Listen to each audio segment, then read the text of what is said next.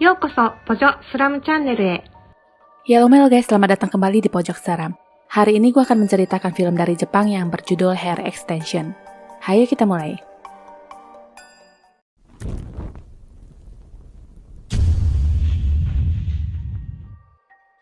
Sebuah kontainer mengeluarkan bau tidak sedap. Setelah dibuka, isinya rambut manusia yang katanya akan dipakai untuk pembuatan hair extension. Tapi anehnya ada seorang wanita di antara tumpukan rambut itu dan di jari mayat tersebut disisipi lonceng. Di tempat lain, seorang pria bernama Yamazaki tampak memilih-milih rambut mayat dan menebak harga hanya dari mencium baunya. Sesosok mayat perempuan yang terakhir itu mencuri perhatiannya. Sewaktu dia menikmati bau rambutnya, mayat itu seakan memalingkan wajah ke arahnya. Yamazaki sama sekali tidak takut dan berkata, "Kita mengerti satu sama lain kan? Hidup begitu keras." Mayat-mayat yang disingkirkan sebelumnya membuka mata dan memandang ke arahnya. Dia pun segera memotong rambut itu. Di lain hari, seorang hairstylist amatiran bernama Yuko bersepeda ke tempat kerjanya.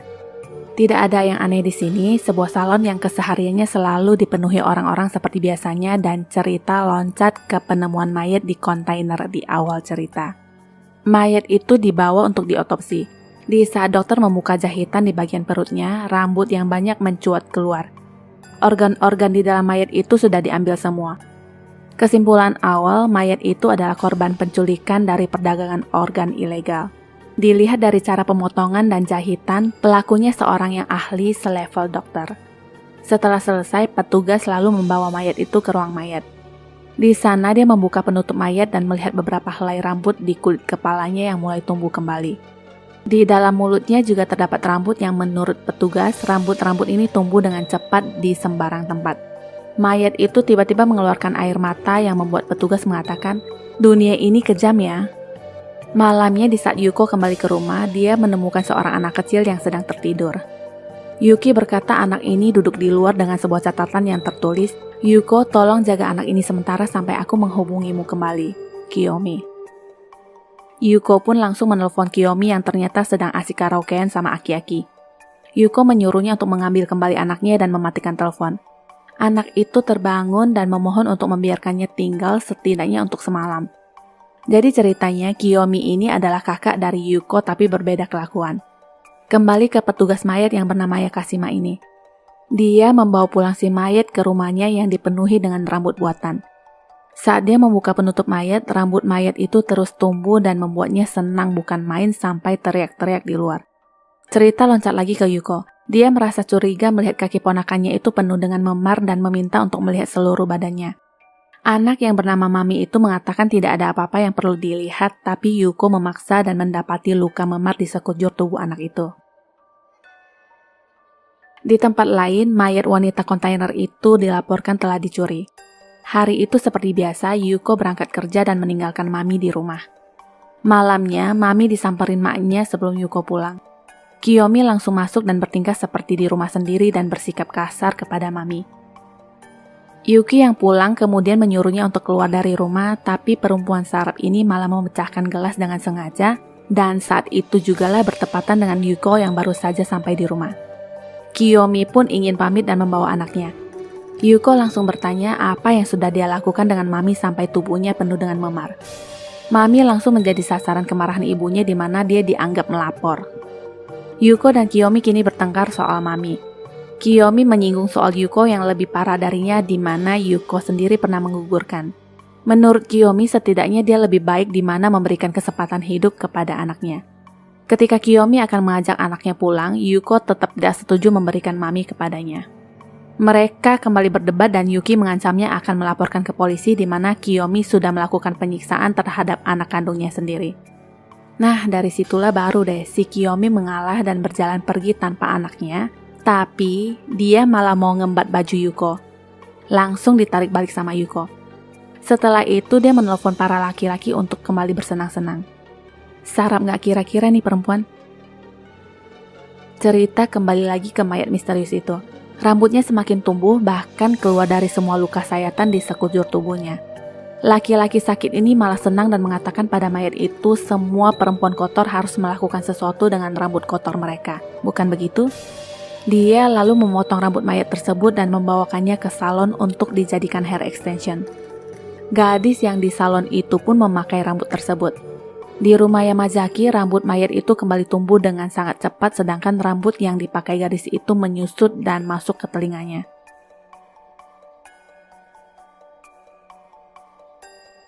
Sekilas ada gambaran seorang perempuan yang diseret oleh beberapa pria pas di hari Natal. Itulah kenapa ada lonceng kecil di tangan mayat itu yang ternyata tercantel dari pohon Natal.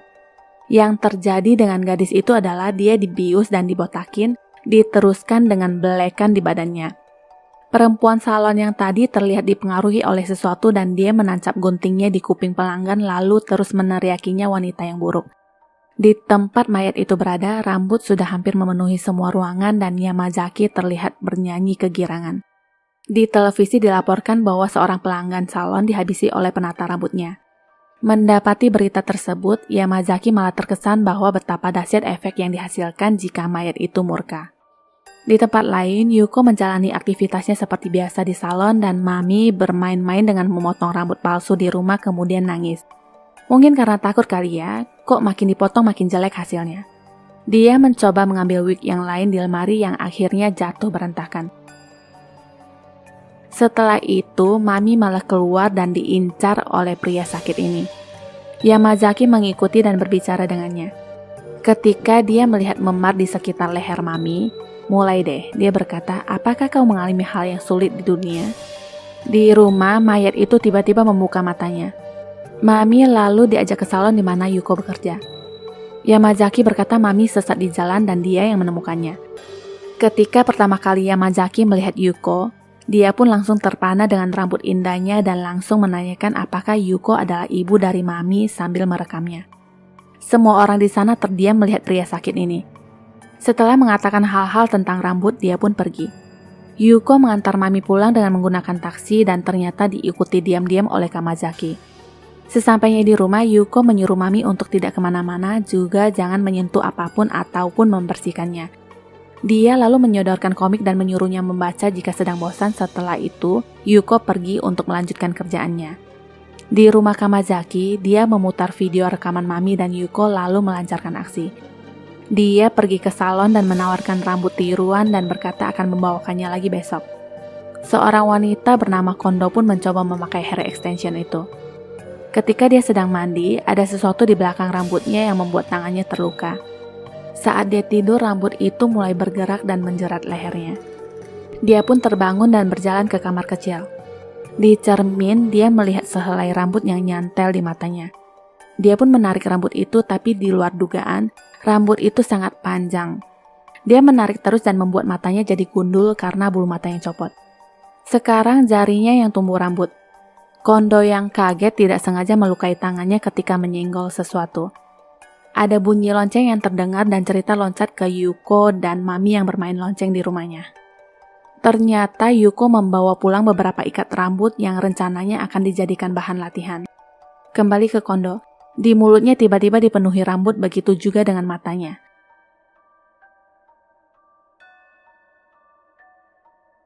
Dia pun semakin ketakutan dan berteriak histeris. Di rumah Yamazaki, rambut mayat itu memanjang dengan pesat dan mayat itu lagi-lagi mengeluarkan air mata. Tapi Yamazaki semakin senang dan girang. Mayat itu seakan mengingat dulu di mana dia terbangun dalam keadaan sudah botak dan lagi-lagi dipaksa oleh beberapa pria dan cerita kembali ke Kondo. Rambutnya tiba-tiba bisa memanjang sendiri dan menembus tembok. Rambut hantu itu semakin menarik kulit kepalanya sampai terangkat ke atas lalu menghempaskannya dalam keadaan sudah botak. Haduh, ini sih untung gak ada gebetan yang lihat ya, tengsin gila. Tidak lama mulutnya mengeluarkan rambut yang sangat banyak seperti alat produksi percetakan, tau gak?